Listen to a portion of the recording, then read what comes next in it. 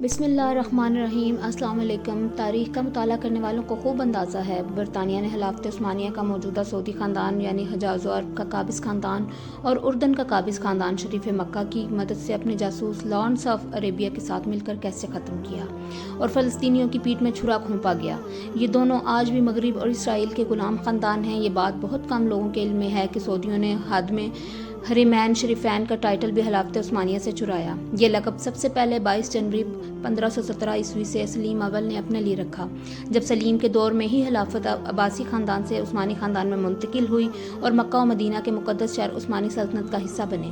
623 سال تک پھیلے ہوئے عثمانی دور میں نے 4 عثمانی خلافت کے حکمرانوں کو منتخب کیا، جنہوں نے یورپیوں کو صلیبی جنگوں کے بعد تگنی کا ناچ نچائے رکھا اور یورپیوں کو صلیبی جنگیں ان کے اپنے گھروں میں لڑنا پڑیں۔ جب یورپ میں ماؤں کا ایک جملہ اپنے بچوں کو خاموش کرانے کے لیے مشہور ہو گیا، "ہوش، ترکس آر کمنگ"۔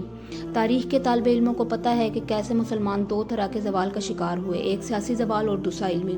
علمی زوال کا دوسری پوسٹ میں ذکر آئے گا۔ سیاسی زوال کی پہلی قسم میں ہم اندازہ لگا سکتے ہیں کہ مرکز مکہ و مدینہ میں مسلمانوں کی حکومت جو غیروں کی غلام نہ ہو، اس کا ہونا کتنا ضروری ہے، وہ مرکز میں حکومت برائے نام ہی کیوں نہ ہو۔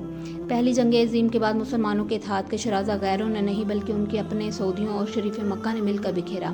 میں نے 623 سالہ عثمانی سلاطین کے 36 عثمانی حکمرانوں میں 4 کو منتخب کیا، جنہوں نے آج تک یورپ پر اپنا نقش چھوڑا ہوا ہے۔ ترکی اور استنبول اس کی ایک چھوٹی سی مثال ہیں۔ عثمان اول۔ عثمان کے والد ارطغرل کی وفات کے بعد سلاجقہ روم کے دارالحکومت پونیا پر منگولوں کے قبضے اور سلجوقی سلطنت کے خاتمے کے بعد عثمان کی جاگیر خود مختار ہو گئی، جو بعد میں سلطنت عثمانیہ کہلائی۔ اسی کے نام سے خلافت عثمانیہ جانی اور پہچانی جاتی ہے۔ عثمان خان کی جاگیر کی سرحد قسطنطنیہ کی بازنطینی سلطنت سے ملی ہوئی تھی۔ یہ وہی بازنطینی حکومت تھی جو عربوں کے زمانے میں رومی سلطنت کے نام سے مشہور تھے، جسے الپ ارسلان اور ملک شاہ کے زمانے میں سلجوقیوں نے باجگزار بنا لیا تھا۔ اب یہ بازنطینی سلطنت بہت کمزور اور چھوٹی ہو گئی تھی، لیکن پھر بھی عثمان خان کی جاگیر کے مقابلے میں بہت بڑی اور طاقتور تھی۔ بازنطینی قلعہ دار عثمان کی جاگیر پر حملہ کرتے رہتے تھے، جس کی وجہ سے عثمان خان اور بازنطینی حکومت میں لڑائی شروع ہو گئی۔ عثمان نے ان لڑائیوں میں بڑی بہادری اور قابلیت کا ثبوت دیا اور بہت سے علاقے فتح کر لیے، جن میں بروسا کا مشہور شہر بھی شامل تھا۔ بروسا کی فتح کے بعد عثمان کا انتقال ہو گیا۔ عثمان کا صدر مقام اس کی شہر میں تھا، لیکن بروسا کی فتح کے بعد اسے دارالحکومت قرار دیا گیا۔ کہا یہ جاتا ہے کہ عثمان نے ایک خواب دیکھا کہ ایک زبردست درخت اس کے پہلو سے نمودار ہوا جو بڑھتا چلا گیا، یہاں تک کہ اس کی شاخیں بحر و بر پر چھا گئیں۔ درخت کی جڑ سے نکل کر دنیا کے 4 بڑے دریا بہہ رہے تھے اور 4 بڑے بڑے پہاڑ اس کی شاخوں کو سنبھالے ہوئے تھے۔ اس کے بعد نہایت تیز ہوا چلی اور اس درخت کی پتیوں کا رخ ایک عظیم الشان شہر کی طرف ہو گیا۔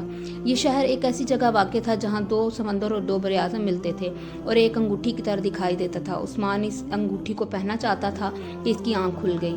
عثمان کے اس خواب کو بہت اچھا سمجھا گیا اور بعد کے لوگوں نے اس کی تعبیر یہ بتائی کہ 4 دریا، دریائے دجلہ، دریائے فرات، دریائے نیل اور دریائے ڈینوب تھے اور 4 پہاڑ کوہ طور، کوہ بلقان، کوہ قاف اور کوہ اطلس تھے۔ بعد میں عثمان کی اولاد کے زمانے میں چونکہ سلطنت ان دریاؤں اور پہاڑوں تک پھیل گئی تھی، اس لیے یہ خواب دراصل سلطنت عثمانیہ کی وسعت سے متعلق ایک پیشن گوئی تھی۔ شہر سے مطلب قسطنطنیہ کا شہر، جسے عثمان تو فتح نہ کر سکا لیکن بعد میں فتح ہو گیا۔ عثمان کے بعد اس کی اولاد میں بڑے بڑے بادشاہ ہوئے جنہوں نے اس کے خواب کو سچا کر دکھایا۔ تاریخ اسلام میں کسی خاندان کی حکومت اتنے عرصے نہیں رہی جتنے عرصے تک عثمان کی حکومت رہی، اور نہ کسی خاندان میں عثمان کے برابر قابل حکمران پیدا ہوئے۔ ان بادشاہوں کی مکمل فہرست دیکھنے کے لیے فہرست سلاطین عثمانی دیکھیے۔